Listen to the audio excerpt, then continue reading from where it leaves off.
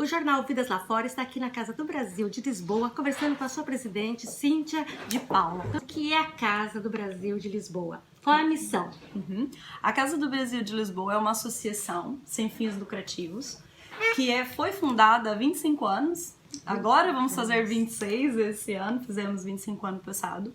Que trabalhou e trabalha sempre com o objetivo da garantia de direitos e também o exercício dos deveres dos e das imigrantes em Portugal. Ou seja, o grande objetivo da casa é promover a integração desses e dessas imigrantes que chegam no país em várias vertentes, Andréia.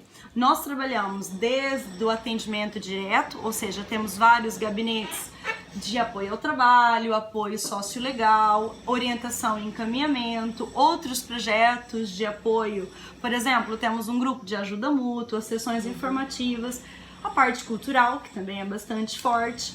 Além desse trabalho direto que nós realizamos com esses imigrantes e com essas imigrantes, também temos um papel político importante na alteração da legislação. Fazemos também esse trabalho de pensar e pressão nos estados para a melhoria das políticas públicas para essa comunidade. Não é específico para brasileiros e brasileiras, é mesmo para imigrantes no geral, mas grande parte são dos nossos atendimentos, das pessoas que nos procuram, é a comunidade brasileira. Falando em leis, a nova lei que prevê a contratação, a legalização do cidadão brasileiro, por exemplo, com a promessa de contrato de trabalho. Como que é essa situação? Já está mesmo funcionando? Então, Andréia, essa é uma questão bastante complexa ainda, porque, no fundo, essa legislação é o artigo 88.2 e 88.9, como é bastante conhecida.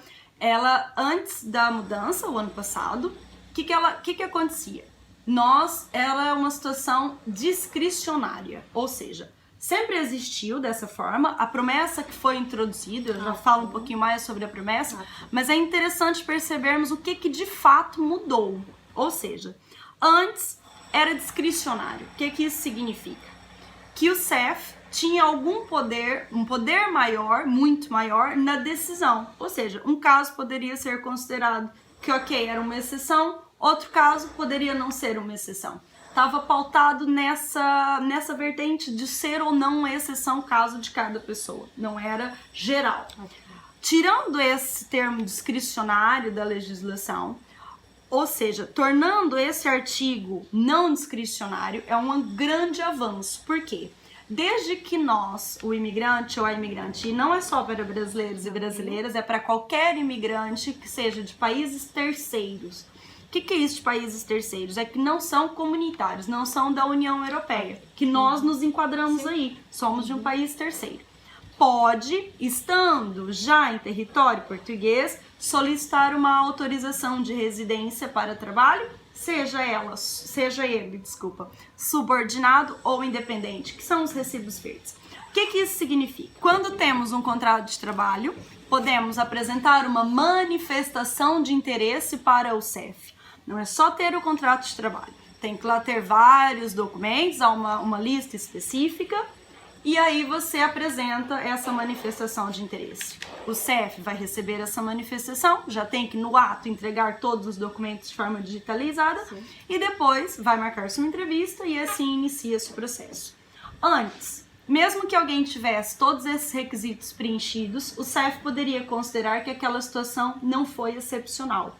Agora, não. Essa é uma alteração muito significativa.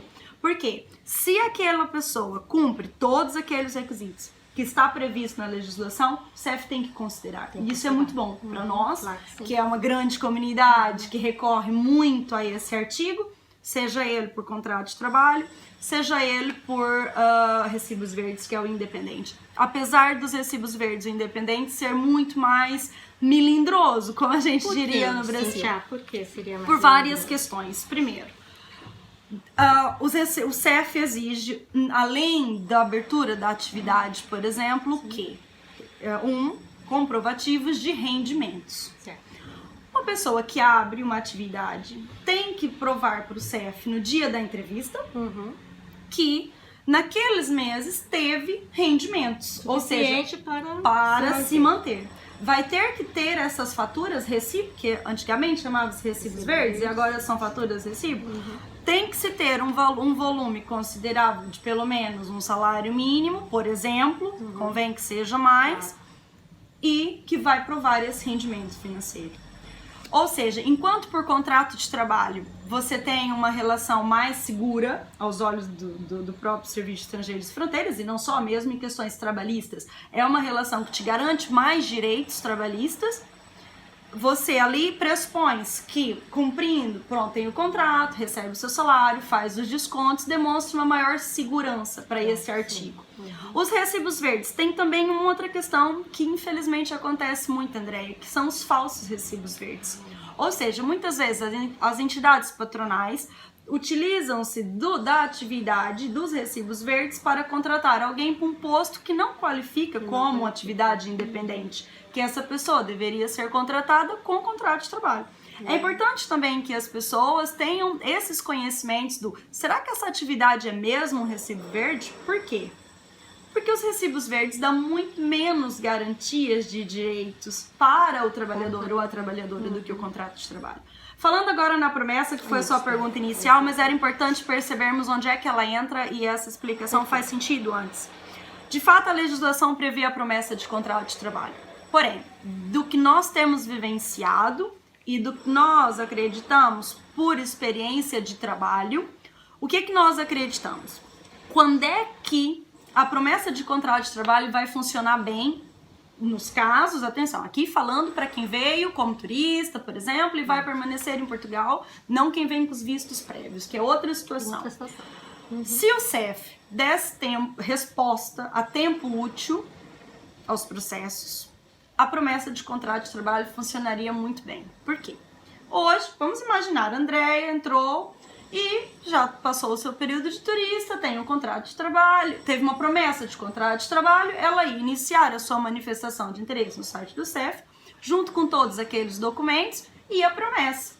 O CEF, se respondesse, vamos pensar, 20 dias, um mês, o empregador ou a empregadora esperaria esse período e aí seria emitida essa autorização de residência, você faria o contrato e começaria a trabalhar. Seria um mundo perfeito. Seria muito perfeito. O CEF, como nós sabemos, está completamente atrasado, em meses e até anos, não vai dar uma resposta nesse tempo.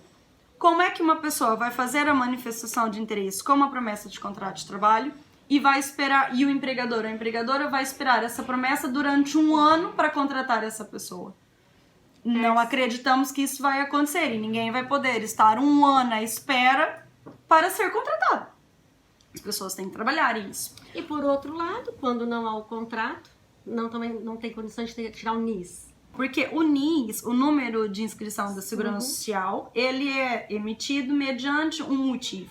No nosso caso, nessa situação, qual é o motivo? O trabalho, seja ele subordinado ou independente.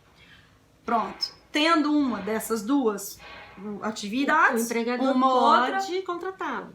Pode. O empregador, pode contratá-lo sem o NIS. Isso não é impedimento nenhum.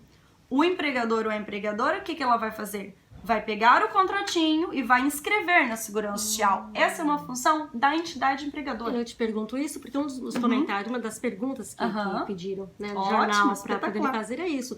Consegui uma entrevista de trabalho, correu tudo bem, só que como não tenho NIS, não me contrataram. Não é motivo para não contratar. Isso é falta de conhecimento das entidades empregadoras.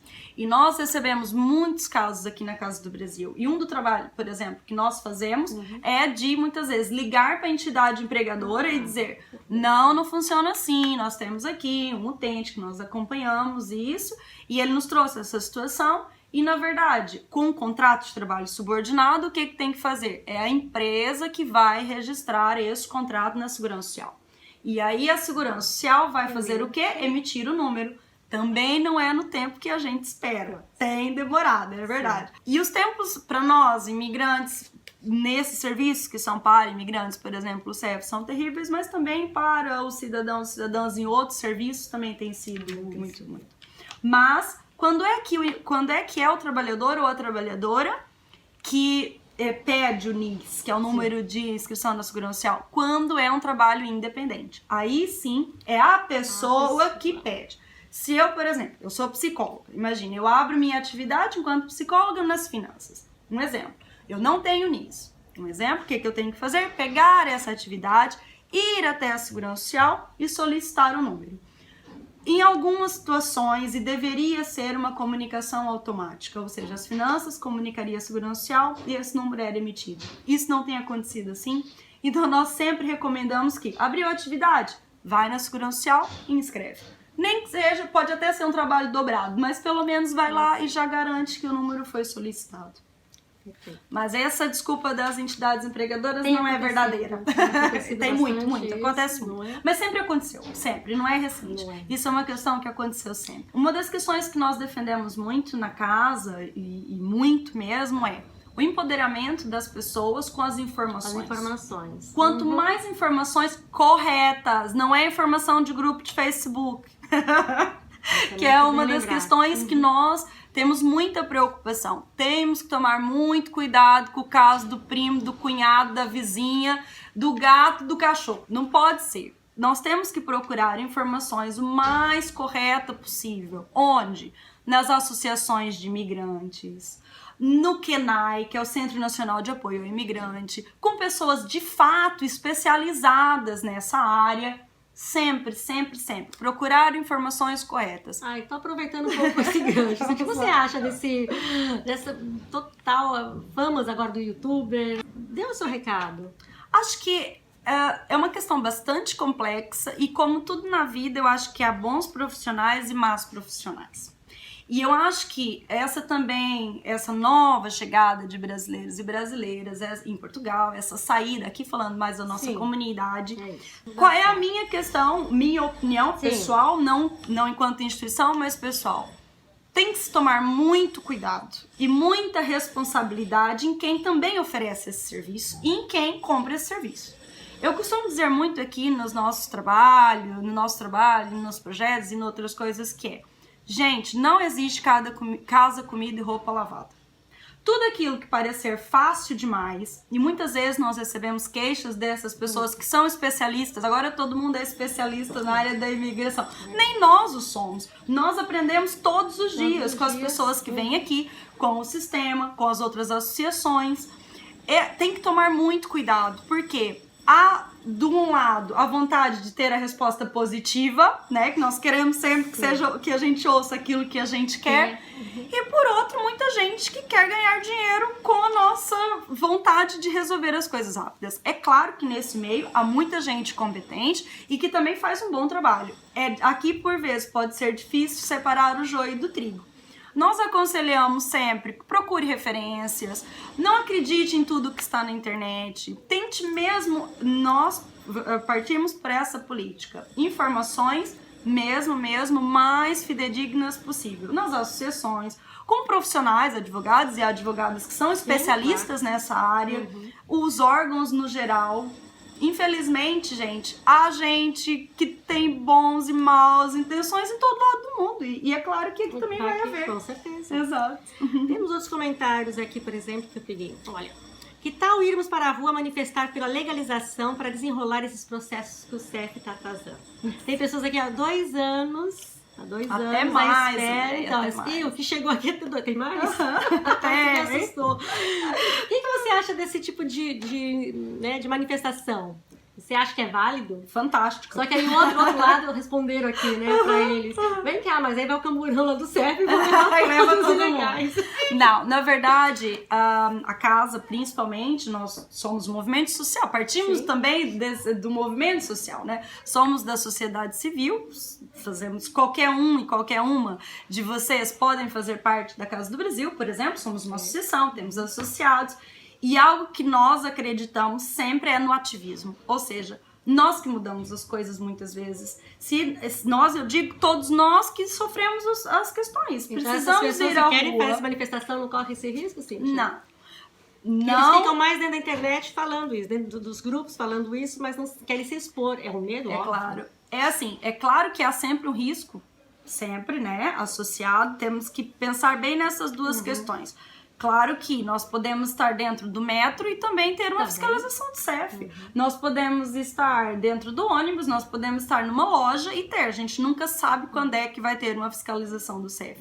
Numa manifestação para e contra os abusos do CEF, vamos dizer assim, para o desenrolar desses processos, e isso... Sinceramente, não sei se estou a ser ingênua, mas eu acho muito complexo e muito complicado se a polícia ou o CEF fizesse isso, se estivermos lá a fazer isso de forma bacana, civilizada, exato. Exatamente. Mas é muito importante o movimento nosso, das pessoas. Por exemplo, a mudança da legislação foi em função principalmente da organização da sociedade civil, que são das pessoas que estavam a vivenciar isso, as outras associações. A Solim, por exemplo, tem um trabalho muito forte de levar, o que é uma outra associação, a Solidariedade Imigrante, muito forte de levar os imigrantes e as imigrantes para a rua. Nesse trabalho, nós sentimos, por exemplo, em relação a nós da casa, quando convocamos para irmos com as outras, não aparece ninguém. É muito interessante. Vão sempre as mesmas pessoas, gravado isso. Vão sempre as mesmas pessoas, mas o pessoal que trabalha, poucos que estão mesmo a vivenciar o problema. Eu acho que ir pra rua é muito importante. Muito bom. Tem assim, então, nos comentários, olha, que eu separei aqui pra você. A empresa que meu marido trabalha vai fechar e eu estou grávida. O aluguel deste mês já está atrasado. Como conseguir a passagem de volta pro Brasil? Isso é uma ótima pergunta. Por quê? Existe um programa da OIM, que é a Organização Internacional das Migrações, que chama Árvore.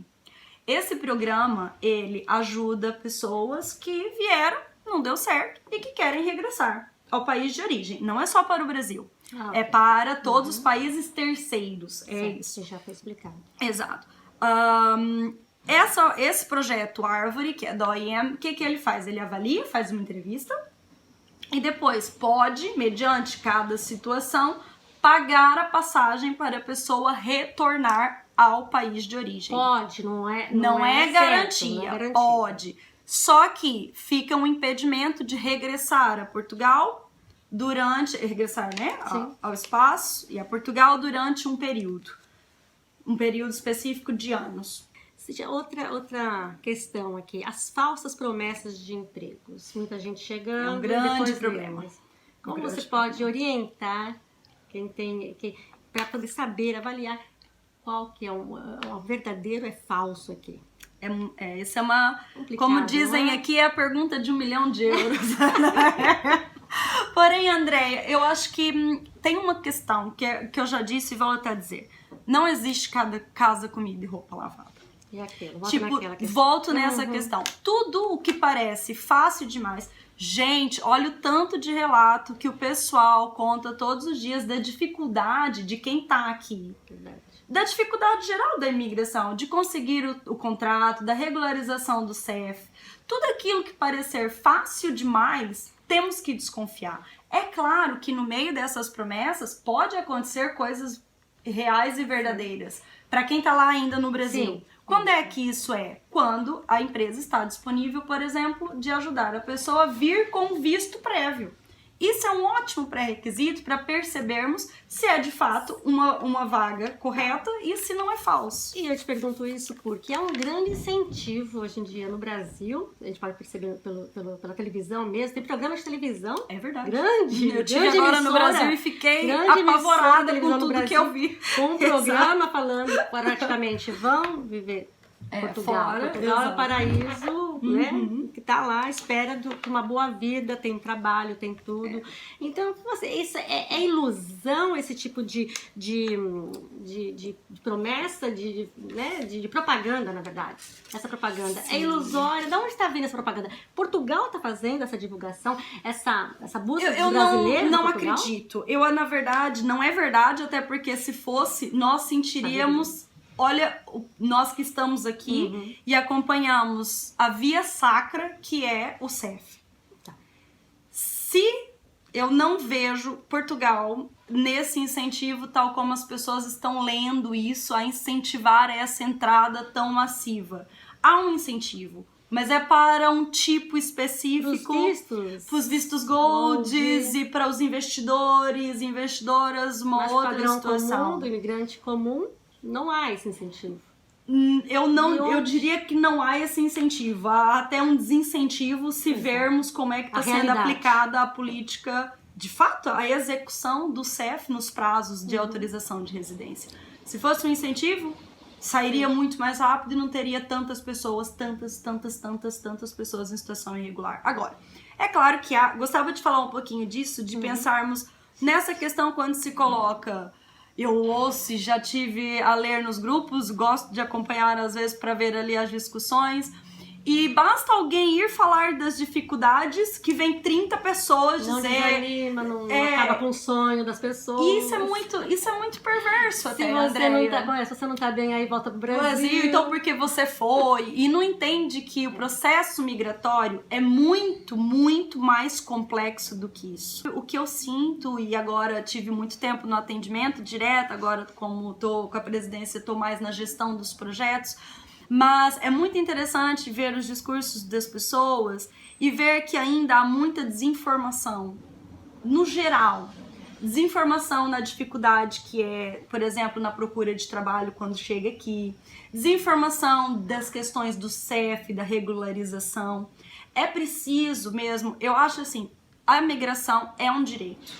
E todo mundo tem o direito de tentar, de vir. Tem que ter o máximo de conhecimento correto e planejamento, André. É preciso planejarmos para isso. É preciso sempre que possível pedirmos um visto prévio para aquela finalidade. Ou seja, vir preparado com um visto prévio. Se for para trabalho, de trabalho. Se for para estudo superior, ensino superior. Se for para aposentado, de aposentado. Se for de investidor, de investidor. Ou seja... Sempre que também essa é a nossa parte, é de tentarmos, sempre que possível, vir regularizado. Eu sei que as pessoas devem estar pensando, mas isso é quase impossível. Sim, é.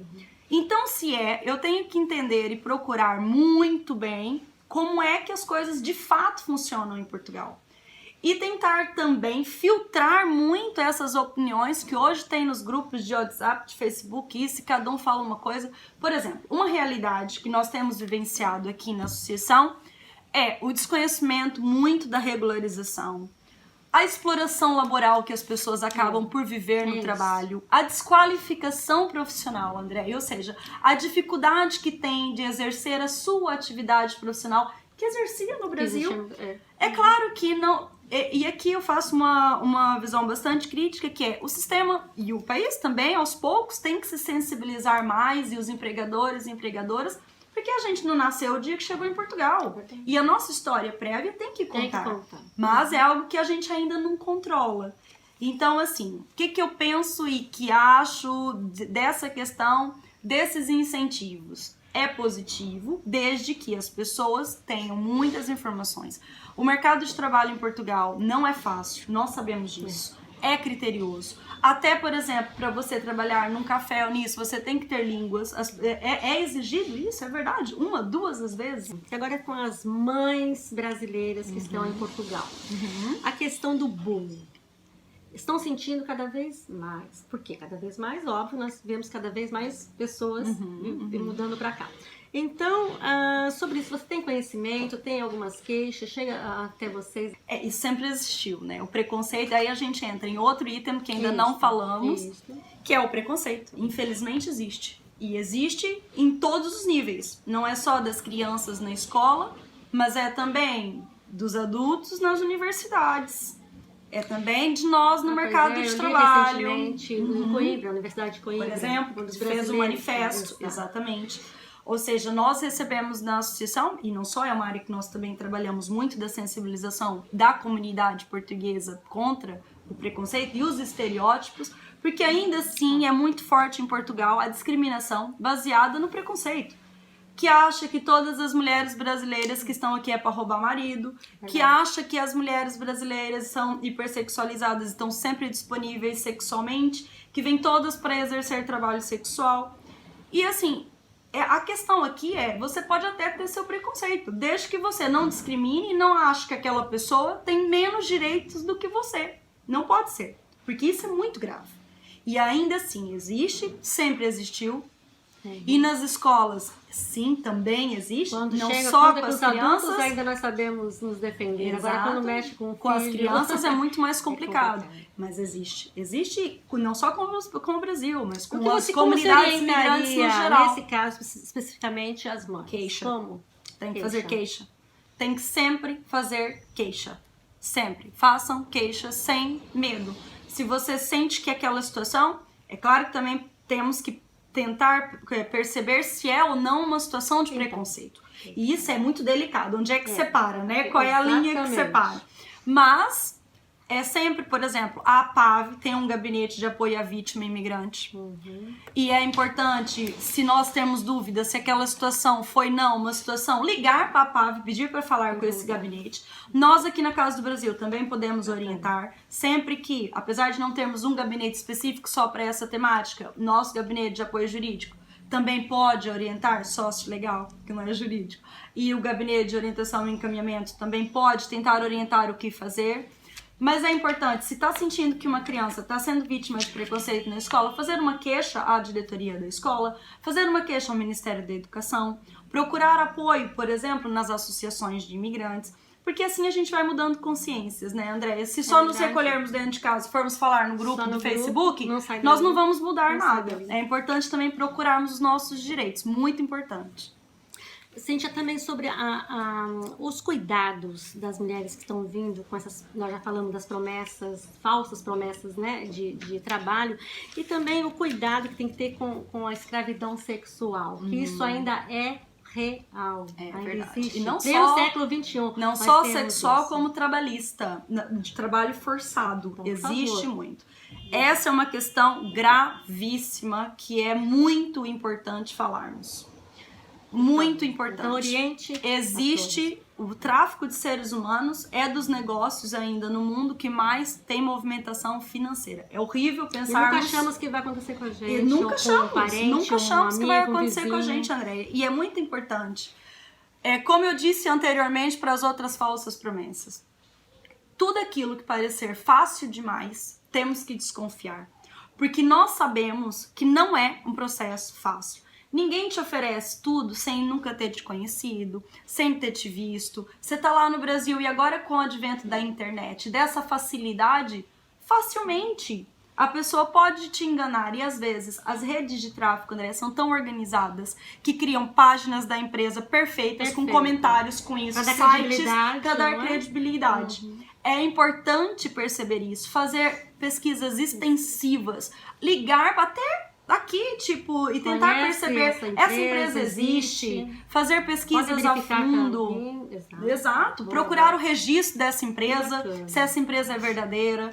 E nunca acreditar, nunca em promessas de coisas fáceis demais. O mundo é assim, também não existe coisas fáceis demais no Brasil, por exemplo.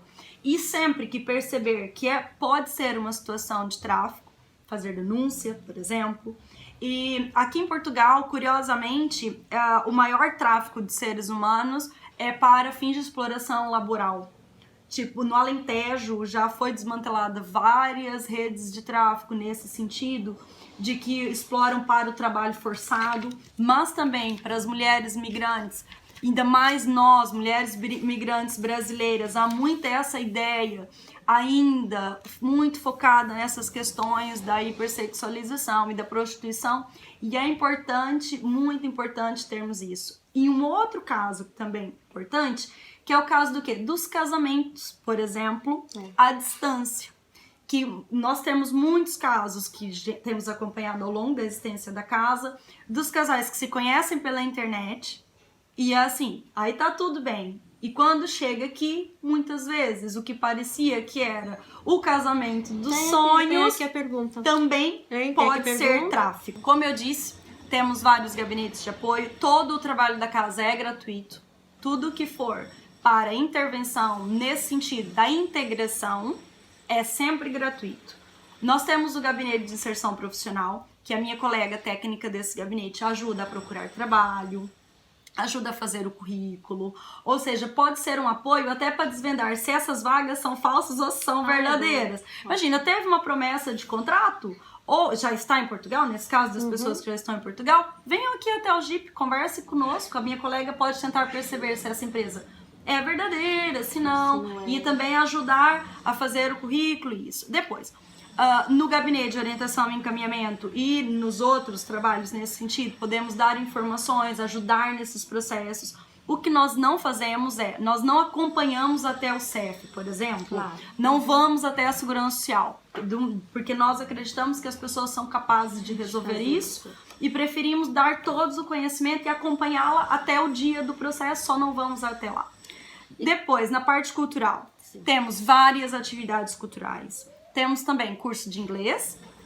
Os cursos têm custos associados. Para os sócios, tem desconto sempre.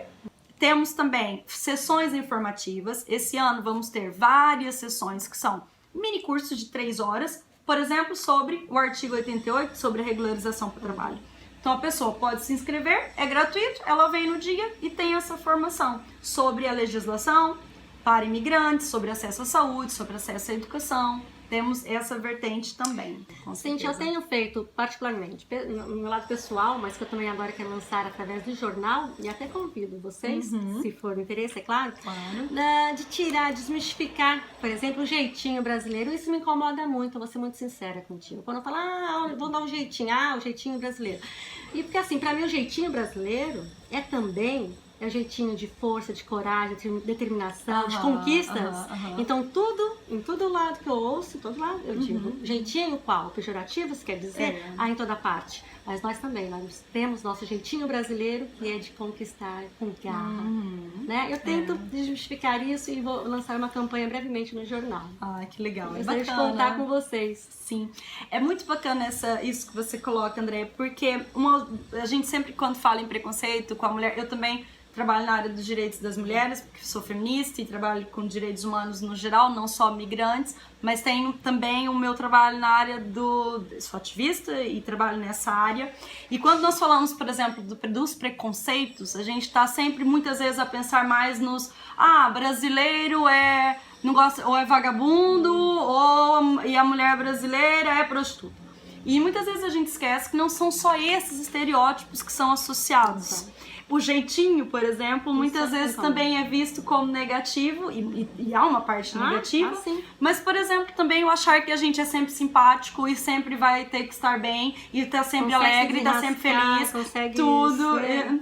Que tem dois lados, né? Claro, também podemos ter dias maus, exato, e esses dois lados. Eu acho que é legal também desmistificar essas questões, acho que faz todo sentido. Temos coisas boas e coisas ruins, como qualquer comunidade, André. Exatamente. E é claro que há traços que são mais fortes nos portugueses e portuguesas, que são mais fortes nos brasileiros e nas brasileiras, assim como os franceses e todos. E viva a diferença, não é? Essa é a graça, não é? Então deixa as suas considerações, o que mais faltou algo de importante aqui, se você quiser mencionar. O que nós sempre falamos, e eu volto a dizer, que sempre que decidirem pelo processo migratório, tentem buscar uma forma de ter um visto prévio. Nos consulados de Portugal, no Brasil, sempre venham regularizados. Por quê? Isso vai economizar muito tempo e estresse, dinheiro. E assim, quando estamos também regularizados e regularizadas, podemos estar menos suscetíveis às explorações laborais. Procurarmos saber dos nossos direitos é muito importante, eu reforço isso. Quanto mais conhecimento nós temos, pessoal, mais chance nós temos de lutar pelos nossos direitos. Se nós sabemos como é que aquilo funciona, mas saber de verdade, não é só no diz, me diz, me diz que me diz. E isso é muito importante. Cuidado com as promessas fáceis. Cuidado com aquele que te diz que é tudo muito simples. Também não é tudo complicado. Como tudo na vida, há seu lado bom e seu lado mal. Tem que ter uma visão bastante realista da situação. Ou seja, uma questão realista. É claro que vai ter dificuldades, mas é claro que vai ter coisas boas também. Lisboa é maravilhosa, Portugal tem coisas incríveis. Tanto que nós estamos aqui, não é? A qualidade de vida, exato, a segurança. Outras questões, é claro que há uma parte negativa. Planejem a vossa vinda, planejem com todos os sentidos. Pensem muito bem sobre essas questões. Se puderem vir antes, ver como é que é, conhecer, ver o que realmente acontece. Também uma questão que tem sido muito, que não falamos disso, mas é importante, a habitação. A habitação em Lisboa e arredores, em um ano, subiu muito de preço. Que tem sido uma dificuldade constante das pessoas que vêm, que nos procuram, a dificuldade de encontrar, arrendar uma casa, alugar E uma sem casa. dizer as exigências também, né? Muito, ainda mais quando vê que é imigrante, porque há muito preconceito nessa área. Quando é imigrante brasileiro e brasileira, então, há muitos preconceitos, muitos relatos de preconceito. E de fato existe. E isso tudo é bom se preparar para isso, porque temos, por exemplo, já ouvi casos aqui que os senhorios, que são os donos das casas, pedem 6 meses adiantados de renda. E também tomar cuidado com muita enganação nisso. Temos recebido queixas, por exemplo, de pessoas que, com falsas casas, que chegam a ir visitar a casa, quando recebem o dinheiro, a pessoa desaparece. Gente, Aquele mesmo imóvel negociado para várias pessoas. E o imóvel às vezes nem existe, fraudes mesmo, burla nesse sentido. Quando há uma necessidade, ou seja, há muito mais procura do que oferta, também surge essas formas Tem das aqueles que pessoas estão já alugando, arrendando de lá do Brasil para quando chegar aqui. Muito cuidado com isso, muito cuidado com isso. Porque muitas vezes nunca transfiram dinheiro sem ter certeza que esse imóvel está disponível. Se puderem sempre, exato, alguém que esteja aqui ir lá ver, negociar. Sempre que possível, alugue só um período pequenininho, sei lá, num Airbnb ou um hotel ou isso, para chegar aqui e ver de perto, porque há muita fraude nesse sentido, muita fraude nesse sentido. É importante também ter esses cuidados.